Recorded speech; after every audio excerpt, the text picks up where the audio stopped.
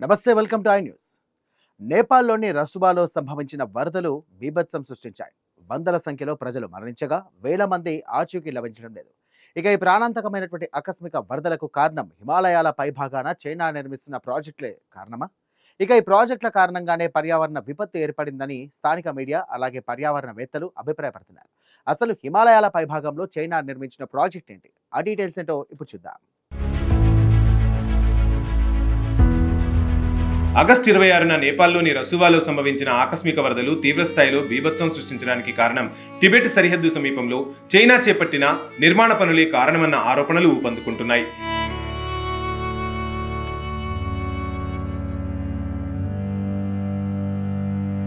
కొండలను తవ్వి త్రిశూల నది ప్రవాహ దిశను మార్చి నిర్మాణాలు చేపట్టడంతో నేపాల్లోకి ప్రతి ఏటా హిమపాతాలు జారిపడటం ఫ్లాష్ ఫ్లడ్స్ కు కారణమవుతోందని పర్యావరణవేత్తలు ఆరోపిస్తున్నారు.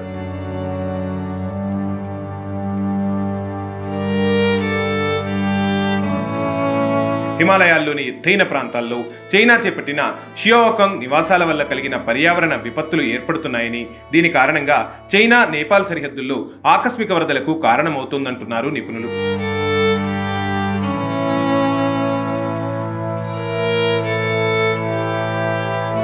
కొండలను తవ్వి నిర్మించిన ఆక్రమిత టిబెట్లోని గైరోంగ్ పట్టణ సమీపంలో వరద ప్రారంభమైంది. ఈ పట్టణాన్ని త్రిశూలి నది సహజ ప్రవాహ మార్గంలో నిర్మించారు. గ్లేసియర్ శిఖరాలపై సున్నితమైన పర్యావరణ వ్యవస్థకు జరిగిన నష్టం కారణంగా ఇప్పుడు ప్రతి సంవత్సరం హిమపాతాలు సంభవిస్తున్నాయి. రసువా సరిహద్దులో గైరాంగ్ పోర్ట్ను నదుల సంగమం ప్రాంతంలో చైనా నిర్మించింది. దీనివల్ల నదీ ప్రవాహ వేగం మరింత పెరగడంతో మంచు రాళ్లతో కలిసిన వరద నేపాల్లోకి చొచ్చుకు వచ్చిందని భావిస్తున్నారు.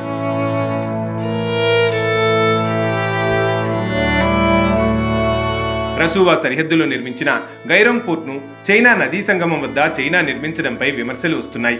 దీనివల్ల నేపాల్ భూభాగం వైపు నదీ ప్రవాహ వేగం పెరుగుతోంది.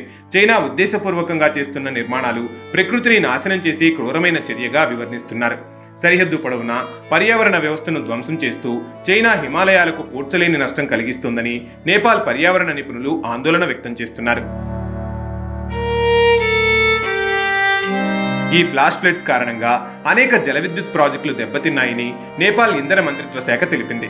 దేశంలో స్థాపించబడిన మొత్తం విద్యుత్ సామర్థ్యంలో 8వ వంతు అంటే దాదాపు 430 మెగావాట్ల విద్యుత్ సరఫరాపై ప్రభావం పడింది. భారీ హిమపాతం లెండే నదిని అడ్డుకోవడం వల్ల బోటేకుషి నదిలో ఒక్కసారిగా వరద వచ్చిందని ప్రాథమికంగా అంచనా వేస్తున్నారు. హిమపాతం లెండే నది ప్రవాహాన్ని అడ్డుకోవడంతో ఒక భారీ సరస్సు ఏర్పడి చివరకు అది బద్దలైనట్లు భావిస్తున్నారు. దీనికి తోడు అదే సమయంలో టిబెట్ వైపు భూకంపం కూడా సంభవించడంతో వరద ఉధృతి మరింత తీవ్రంగా మారిందని నిపుణులు అంటున్నారు.